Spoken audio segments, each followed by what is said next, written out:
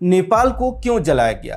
कथित युवा क्रांति ऑर्गेनिक है या फिर योजनाबद्ध? क्या नेपाल हिंसा में भी है रिजीम चेंजर्स की साजिश? पाकिस्तान, श्रीलंका, बांग्लादेश के बाद नेपाल क्यों? सरकारें गिराने में सफल कैसे हो जाते हैं रिजीम चेंजर्स? क्या भारत में भी किया गया था ऐसा प्रयास? रिजीम चेंजर्स का अगला टारगेट भारत है। क्या भारत में वे सफल हो सकते हैं? नमस्कार दोस्तों, आज की इस वीडियो में इन सभी सवालों के जवाब हम विस्तार से समझने का प्रयास करेंगे, इसलिए आप ये वीडियो पूरा जरूर देखें और शेयर भी करें। तो नेपाल में प्रदर्शनकारियों ने संसद भवन, केपी शर्मा ओली का घर, मीडिया के दफ्तर, सिंहद्वार, नेपाली कांग्रेस का ऑफिस समेत जो भी सरकार से संबंधित उन्हें मिला वो सब फूंक दिया। वहां के पीएम ओली गायब हैं, मंत्री गायब हैं, मंत्रियों को ढूंढ ढूंढ कर दौड़ा दौड़ा कर सड़कों पर पीटा जा रहा है। मतलब ये कि हर तरफ अराजकता मची है, आग लगी है, पूरा का पूरा देश जल रहा है। पहला सवाल कि क्या ये ऑर्गेनिक है या फिर सुनियोजित योजना के तहत किया गया है?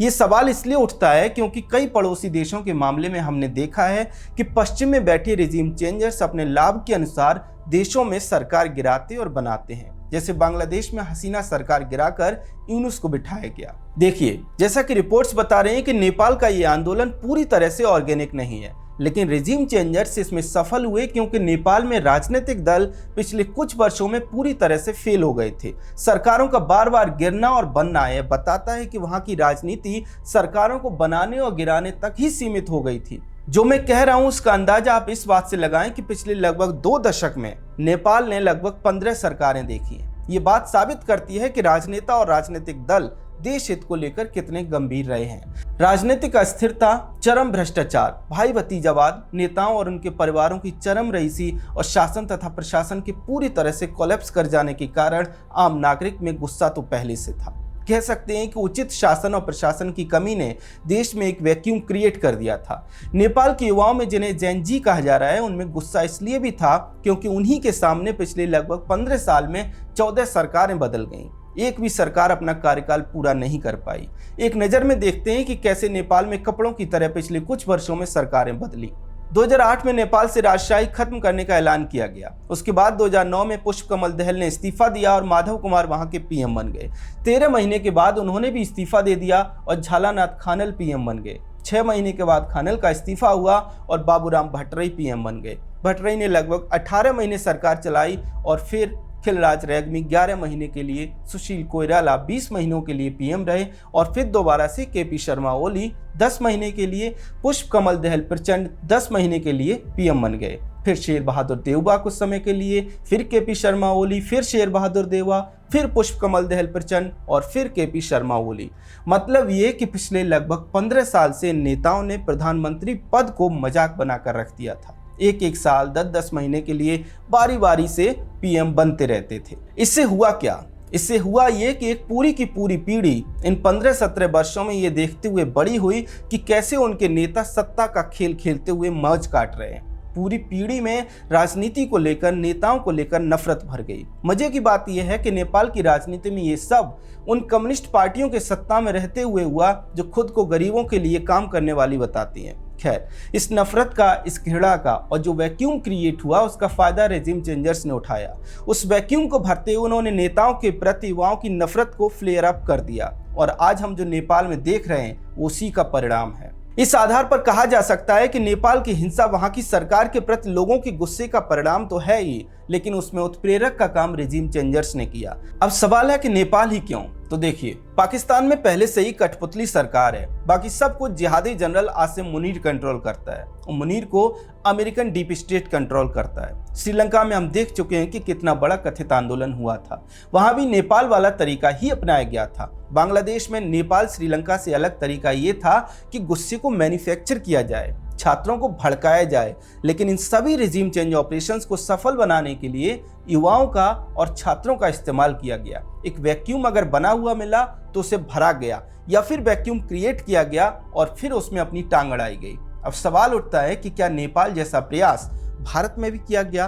निश्चित तौर पर किया गया। जेएनयू में कन्हैया कुमार ने जब प्रदर्शन किया, दिल्ली में बड़ी संख्या में छात्रों को सड़कों पर उतारा गया। दिल्ली के साथ साथ देश के दूसरे राज्यों में भी ऐसा किया गया, लेकिन उस प्रदर्शन को लोगों का समर्थन नहीं मिला और फ्लॉप हो गया। इसके बाद सीएए एनआरसी के नाम पर भी दंगे किए गए। लंबे समय तक हिंसक प्रदर्शन किए गए, लेकिन लोगों का समर्थन नहीं मिला और रिजीम चेंजर सफल नहीं हुए। इसके बाद किसान आंदोलन के नाम पर देश के आम किसानों को, मजदूरों को, गरीबों को, आम लोगों को भड़काया गया। बड़े स्तर पर किसान आंदोलन को फंडिंग की गई।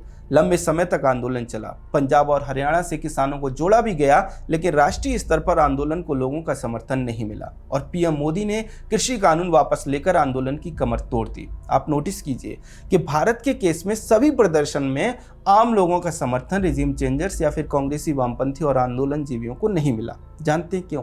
क्योंकि लोकतांत्रिक प्रक्रिया पर, राजनीति पर और काफी हद तक नेताओं पर भी लोगों का भरोसा आज भी है। 2014 में पीएम मोदी के सत्ता में आने के बाद सरकार, शासन और प्रशासन लोगों के लिए काम करने लगे थे। तमाम राज्यों में लॉ एंड ऑर्डर वापस लौट आया था।